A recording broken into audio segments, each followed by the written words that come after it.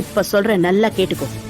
பணபலம் படைபலம் இது ரெண்டுமே நம்ம கிட்ட இருக்கு.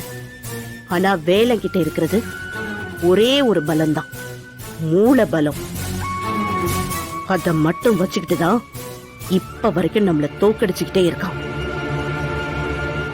அதனால இந்த தடவை பணபலம் படைபலத்தை நம்பாம மூல பலத்தை நம்பணும்.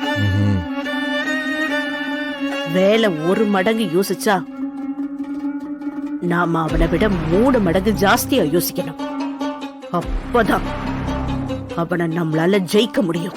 சரிம்மா, இப்ப என்னதான் பண்ணணும்னு சொல்றீங்க? வேலைட மட்டும் இல்ல, அவன் கூட பழகினவங்க யாரையுமே இந்த மண்டபத்துக்குள்ள விடக்கூடாது. உன் கல்யாணத்துல அவன் ஃப்ரெண்ட்ஸ வச்சுதானே அவன் காரியத்தை சாதிச்சான். இந்த தடவை அவங்க யாரையும் உள்ள விடக்கூடாது. அதுக்கு நீதான் பொறுப்பு.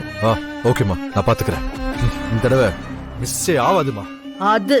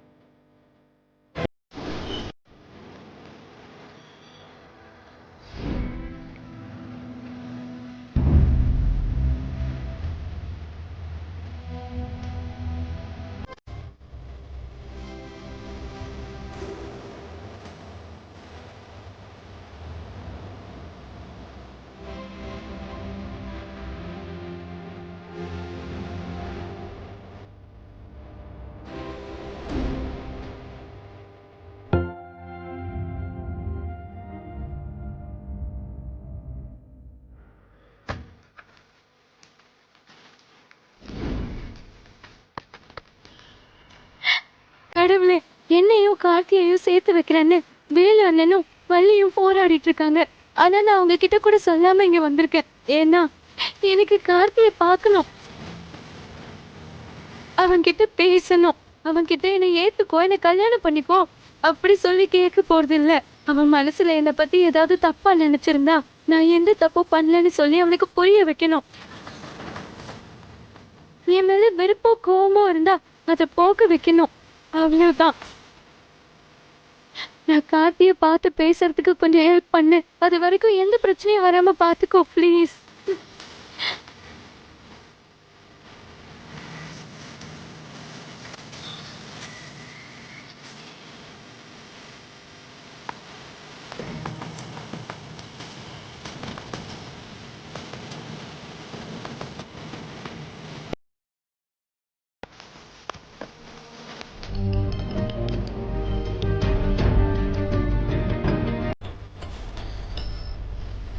சொல்லுங்க. வேளா, நீ எங்க இருக்க? கொஞ்ச நேரத்துல இங்க பெரிய கலவரமே ஆயிடுச்சு தெரியுமா? ஏன், என்ன பிரச்சனை? ஆனந்தி கல்யாண மண்டபத்துக்கே வந்துட்டான். அத ரேணுகாவும் வேதநாயகி அத்தையும் பார்த்து அவளை புடிச்சு வச்சு மடக்கி வச்சுட்டாங்க. நல்ல வேளை நான் அப்ப அங்க வந்து எப்படியோ சமாளிச்சு ஆனந்தி அவங்க கிட்ட இருந்து காப்பாத்தி அனுப்பி வச்சுட்டேன். தயவு செஞ்சு நீ அவளுக்கு கால் பண்ணி பேசு. நாமளா கூப்பிடுற வரைக்கும் அவளை கொஞ்சம் அமைதியா இருக்க சொல்லு. சரிங்க, நான் ஆனந்தி கிட்ட பேசுறேன். அம்மா, இவ்ளோ நடந்துட்டு இருக்கு, நீ என்ன பண்ணிட்டு இருக்க? எங்க இருக்க வேலா? நான் மண்டபத்துக்கு தாங்க வந்துட்டு இருக்கேன். நம்ம அங்க வந்து பேசிக்கலாம். சரி.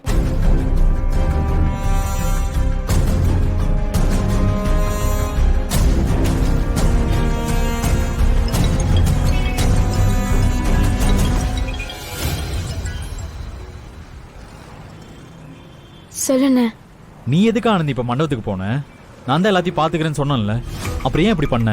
ஒன்னும் இல்லைண்ணே, கடைசியா ஒரே ஒரு தடவை மட்டும் கார்த்திகிட்ட பேசி என் மேல எந்த தப்பும் இல்லைன்னு சொல்றதுக்கு தான் வந்தேன். அட என்ன ஆனந்தி நீ, நான் தான் எல்லாத்தையும் பாத்துக்கிறேன்னு சொல்லியிருந்தேன்ல, அப்புறம் எதுக்கு இப்படி பண்ண?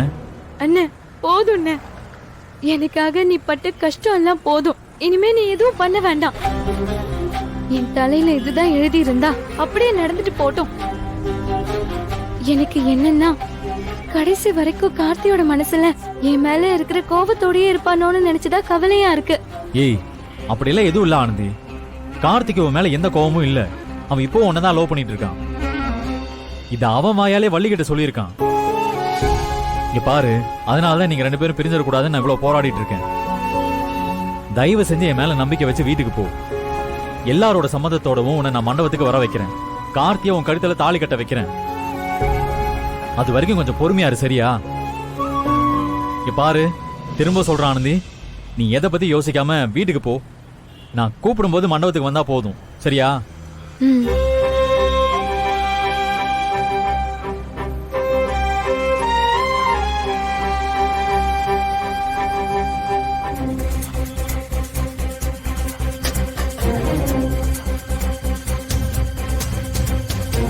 அண்ணே, சொல்லுமா. எனக்கு நீங்க ஒரு உதவி பண்ணணும். உதவியா? என்ன பண்ணோம் சொல்லுமா. எக்ஸ்ட்ரா எதனா லைட் கட்டுமா? சச்சா, அதெல்லாம் ஒண்ணு ஆ வேண்டாம். அதோ அங்க நின்னுட்டு இருக்காளே ஒருத்தி,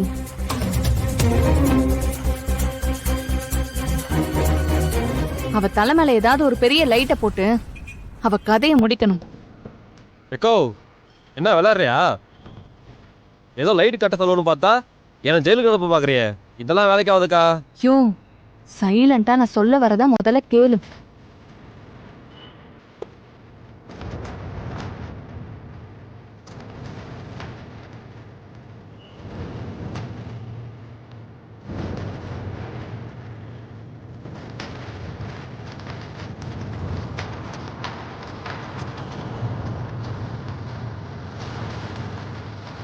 வள்ளி, இங்க வாயேன்.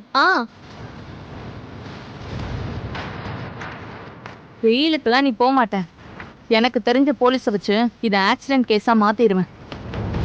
உனக்கும் 2 மடங்கு பணம் தரேன். நீ வருஷம் ஃபுல்லா லைட் கட்டினா கூட இவ்ளோ பணத்தை நீ பார்க்க முடியாது.